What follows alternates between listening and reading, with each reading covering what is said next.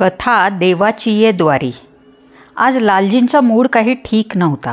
काल तेजपाल जे बोलला त्याचा राग अजून त्यांच्या मनात धुमसत होता। त्यामुळं आज ते एकटेच मंदिरात निघाले। गावाबाहेरच्या मंदिराचं जीर्णोद्धाराचं काम त्यांनी सुरू केलं होतं। ते छोटेखानी मंदिर इतकं रम्य होतं, तिथूनच पुढे रेल्वे स्टेशनकडे जाणारा रस्ता गेला होता। भाविकांची, फिरायला जाणाऱ्याची संध्याकाळी तिथे वर्दळ असायची। कितीतरी जणांना ते मंदिर जसं होतं तसंच राहू द्यावं, त्याचं पावित्र्य तसंच राहावं असं वाटत होतं। लालजींनी गुपचूप ते मंदिर खरेदी केलं। सगळे व्यवहार पूर्ण झाल्यानंतरच लोकांना माहिती झालं की ते मंदिर विकलं।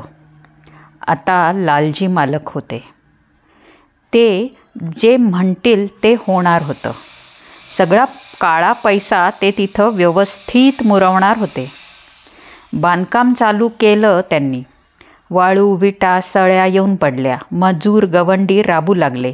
त्यांच्या कामावर अधूनमधून लक्ष ठेवायचं म्हणून 2-4 दिवसात लालजी एखादी चक्कर मारत असत। तिथं बसून राहत, प्रत्येक कामावर लक्ष ठेवून सतत कटकट करत, काही ना काही बोलत। कामगार, येणारे जाणारे, पुजारी कुणी सुटत नव्हतं त्यांच्या तोफखान्यातून।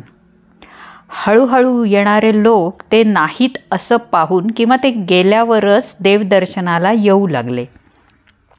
लालजी आणि तेजपाल वर्गमित्र।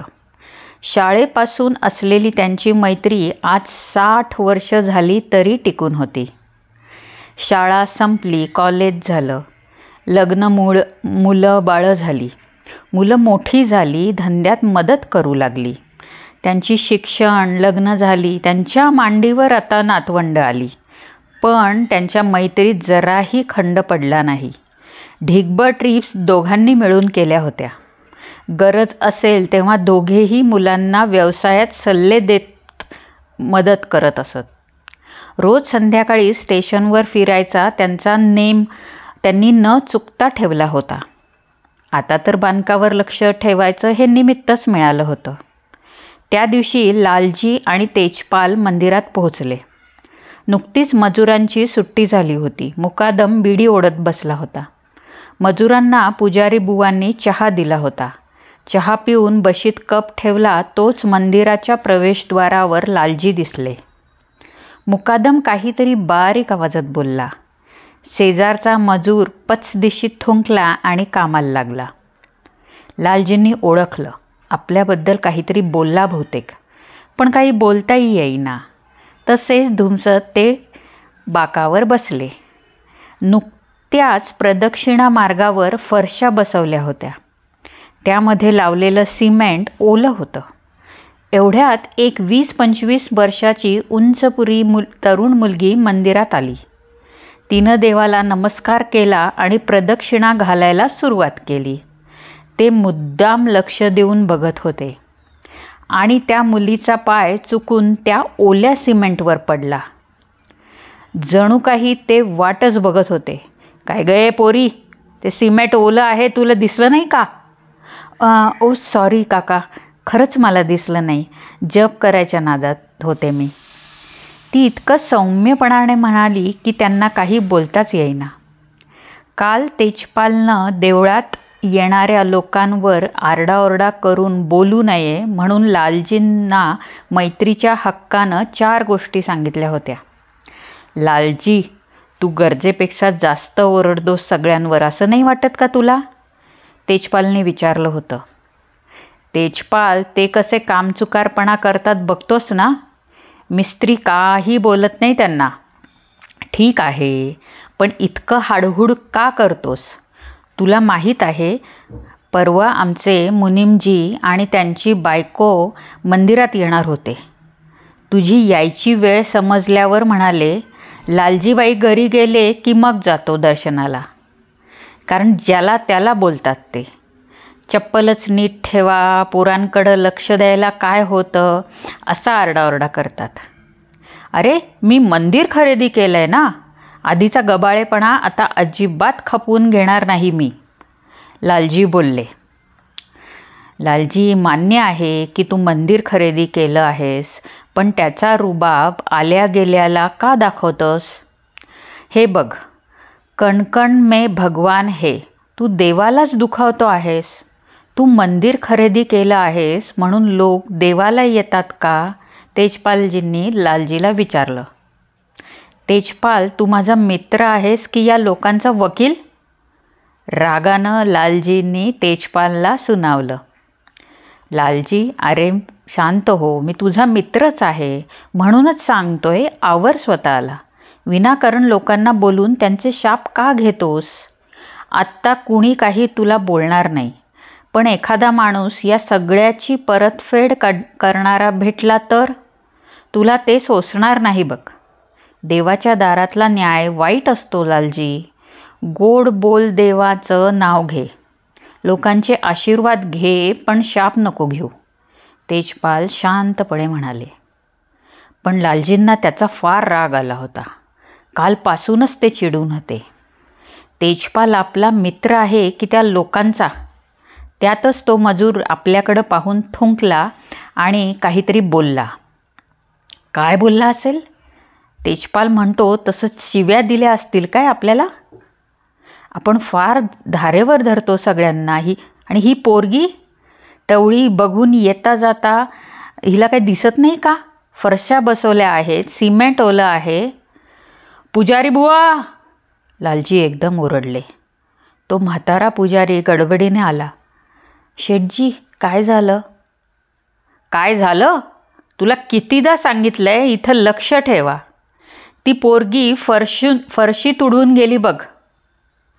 तोच त्या मुलीची प्रदक्षिणा पूर्ण झाली. ती तिथं आली आणि म्हणाली, काका, मी त्यासाठी सॉरी म्हणलंय ना तुम्हाला. या गुरुजींचा काय दोष आहे त्यात? त्यांना का बोलत आहात तुम्ही? ती मुलगी लालजींना म्हणाली, नुसतं सॉरी म्हणलं की होतं काय? ते नुकसान कोण भरून देणार? पुजारी बुवा का तुझा बाबा? लालजींनी असं म्हणता क्षणी त्या पोरीच्या डोळ्यात संतापाच्या ठिणग्या उडाल्या. असं किती लाखांचं नुकसान झालं तुमचं त्या फरशीवर माझा पाय पडल्यामुळे? मलाही कळू दे जरा काका. आणि त्यासाठी तुम्हाला माझ्या बाबांचं नाव घ्यायचं काही कारण नाही. सरळपणे मी तुम्हाला सॉरी म्हटलंय. ती चौताळलीच. नीरू शांत हो. पुजारी बुवा मध्ये पडलेच. काय शांत हो? गेले 2-4 महिने बघतीये मी, यांनी देऊळ काय खरेदी केलं, लोकांची भक्ती पण खरेदी केली असं त्यांना वाटायला लागलंय. कारण येईल जाईल त्याचा अपमान करत आहे ते. बाकीचे गप्प बसत असतील, मी नाही बसणार. फार दिमाग दाखवतात मंदिराचा मालक आहे म्हणून. ती चांगलीच भडकली होती. होय, मी मालक आहे या मंदिराचा. लालजी पण तिला खणखणीत म्हणाले. होय, माहिती आहे, पण तुम्ही मंदिर खरेदी करायच्या आधीपासून लोक इथे येतात. ते देवाला येतात. तुम्ही मंदिर खरेदी केले किंवा तुम्हाला भेटायला येत नाही. आणि मंदिर विकत घेतलं म्हणजे काही देव खरेदी केला नाही, देवाची भक्ती खरेदी केली नाही. किंवा तुम्ही स्वतःला देव समजायला लागलात की काय? दोघांचे आवाज चढले. संध्याकाळी देवदर्शनाला गर्दी होऊ लागली होती. लालजींना वाटलं, हीच वेळ आहे आपला वट दाखवायची. या पोरीबरोबर बाकीच्यांनाही समजेल. तोच कुणीतरी म्हणालं, आता शेठ मेला. लालजींना संताप आवरेना. ते कडाडले. तू मुलगी आहेस म्हणून. तुझ्या जागी दुसरं कोणी असतं तर? हा पैशाचा मास दुसऱ्या कुणाला तरी दाखवा शेठजी. आता या क्षणी मी तुम्हाला पोलिसात नेऊ शकते. ती मुलगी फारच तयारीची निघाली. पुजारी बाबा मध्येच पडले. नीरू बाळा, सोडून दे. तू युनिफॉर्म घातला नाहीस म्हणून शेठजींनी तुला ओळखलं नाही. नाहीतर कशाला बोलले असते ते तुला असं काही? आपल्या बायकोला बोलवून नीरूला बाजूला न्यायला सांगितलं आणि वळवून लालजींना ते म्हणाले, शेठजी, जाऊ द्या हो. अहो, ती राजे वकिलांची मुलगी आहे नीरू. पोलीस इन्स्पेक्टर आहे ती. मी समजावतो तिला. आता मात्र लालजीच्या पायाखालची जमीन सरकली. तेजपाल कालच म्हणाला होता, देवाच्या दारातला न्याय वाईट असतो. ते दिडमूड होऊन तसेच उभे राहिले. समाप्त. लेखिका मुक्ता कुलकर्णी.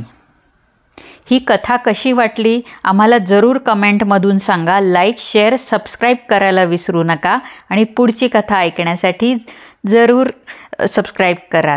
धन्यवाद.